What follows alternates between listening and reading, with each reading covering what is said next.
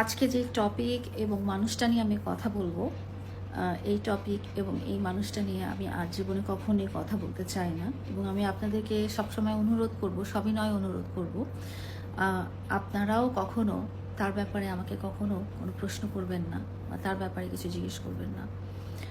আমি সবসময় আপনারা আমাকে খারাপ চোখে দেখেছেন। সবসময় আমি ছিলাম ভিলেন রোলে।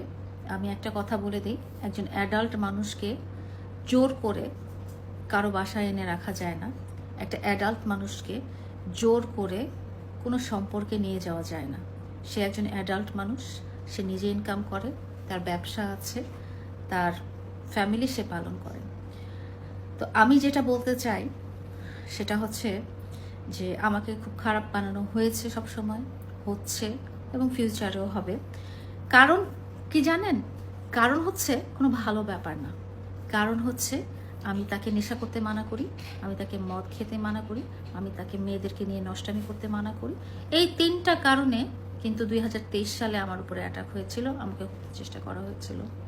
এবং এই 3টা কারণেই কিন্তু আজকের এই ঘটনাটা, যেটা চাক্ষুষ প্রমাণ আপনারা দেখেছেন, এই ঘটনাটা আমি আজকে জানতে পারিনি।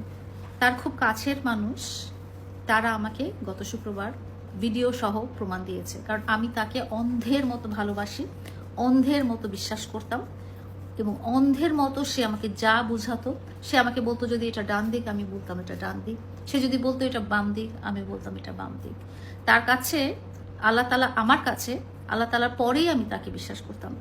তাকে আমি কতটা ভালোবাসতাম, কতটা ভালো রাখার চেষ্টা করতাম, কতটা সুখী রাখার চেষ্টা করতাম এবং তাকে কতটা প্রায়োরিটি দিতাম, এটা আমার কাছের মানুষজন জানেন, আপনারা হয়তো জানেন না। তার কাছে আমি সারা জীবন কমপ্লেনই পেয়ে এসেছি যখন আমি তাকে বাড়িটা দিতে রাজি হইনি। তো যাই হোক, সে আমার কাছ থেকে মুক্তি চেয়েছে, সে মামলাগুলো থেকে মুক্তি চেয়েছে। কোনো মামলা তো অপরাধ না করলে মামলা হয় না। অপরাধ করার পরে, অপরাধ প্রমাণিত হওয়ার পরেই তো মামলাটা হয়।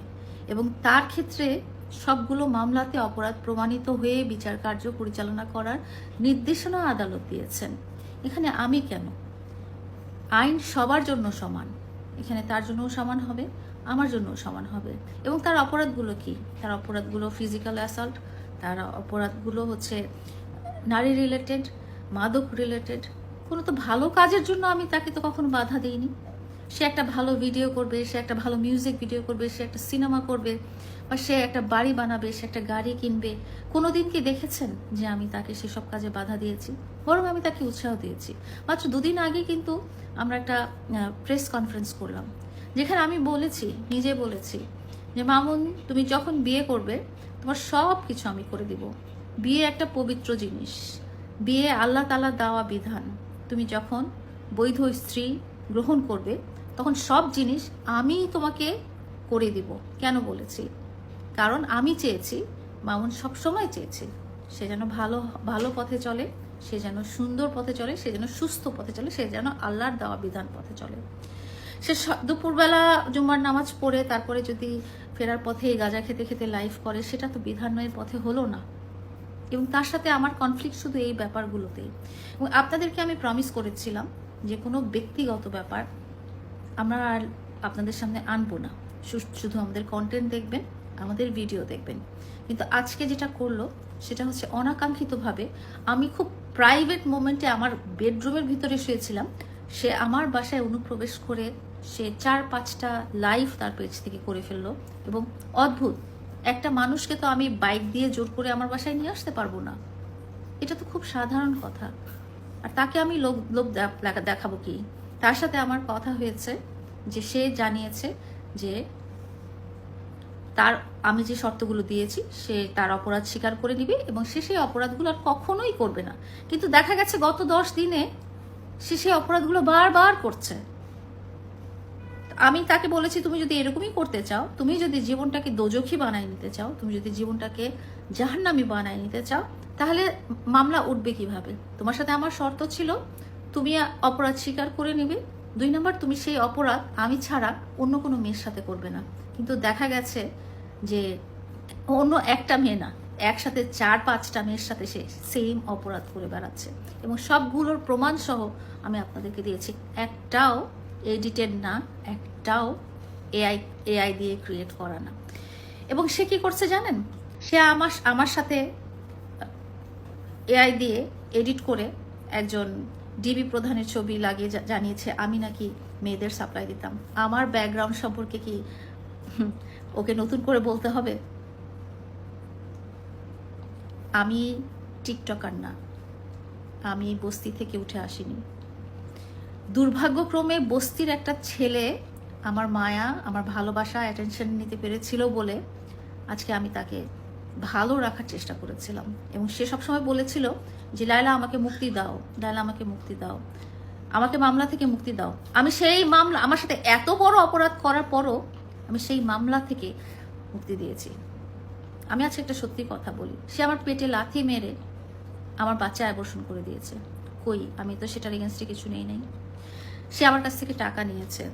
ইভেন আজকে তাকে ফ্ল্যাট কিনে দিতে হবে, বাড়ি কিনে দিতে হবে, উলুখোলায় জমি কিনে দিতে হবে, সেই জন্য সে সকালবেলা এসে হাজির হয়েছে, তাকে নিয়ে যেতে হবে। আমার কথা হলো, তোমাকে আমি একটা সুন্দর জীবন দিব, তোমাকে সবই সাপোর্ট দিব, কিন্তু তুমি এই নষ্টামিগুলো কেন কন্টিনিউ করছো? এটা তো কারোর জন্যই ভালো না। আর ওইসব মেয়েদের কথা আমি কি বলবো, যারা জানে যে এই মেয়েটার সাথে মামুনের একটা সম্পর্ক আছে, সেটা জানার পরও তোমরা যখন এই লোকটার সাথে দৈহিক সম্পর্ক করো, একজন না, একসাথে 3, 4 জন, 5 জন, যেটা আপনারা নিজেরা দেখেছেন তার বাসার বেডরুমের ভিতরে হয়েছে, তো সেই সব মেয়েদেরকে তো আমার বলার কিছু নাই। তারা আমাকে হুমকি দিচ্ছে যে তারা সুইসাইড করবে। ভাই, তোমরা কাজটা করতে পেরেছো, ছবিও তুলে রাখতে পেরেছো, ভিডিও করে ফেলতে পেরেছো, আর আমি দোষটাকে দোষ বলতে পারবো না? তো যাই হোক, এই বিষয়ে আমি আর কোনো কথা বলবো না। ভদ্রলোক আমার অনেক ক্ষতি করার চেষ্টা করছেন। আমি দেখেছি উনি এআই জেনারেটেড ছবি দিয়ে বলেছেন যে আমি একজনকে মেয়ে সাপ্লাই দিতাম। আমি কোথাকার কোন দেশি মেয়ে সাপ্লাই দিচ্ছি সে যদি প্রমাণ করতে না পারে, আমি আবারও 100 কোটি টাকার মামলা তার নামে দেব। সবকিছু নোংরামির পর্যায়ে নিয়ে গেলে হয় না। সে নিজে নোংরা দেখে পৃথিবীর দুনিয়াটাকে নোংরা দেখে, সে নিজে ডাস্টবিন দেখে দুনিয়াটাকে ডাস্টবিন মনে করে। তো যাই হোক, তার সাথে আমার এই মুহূর্ত না, আজকে সকাল থেকেই কোনো রকম সম্পর্ক নেই। তাকে আমি আর চিনতেও চাই না এবং চিনবও না, এবং সে রিলেটেড আমি আর কোনো কথা বলবো না, আপনারাও আমাকে জিজ্ঞেস করবেন না। তো সবাই দোয়া করবেন, ভালো থাকবেন। আর আমার শরীরটা খুবই খারাপ ছিল এতক্ষণ, এখন আল্লাহর মধ্যে ভালো আছি। ইনশাআল্লাহ আমিও ভালো থাকবো, আমার জন্য দোয়া করবেন।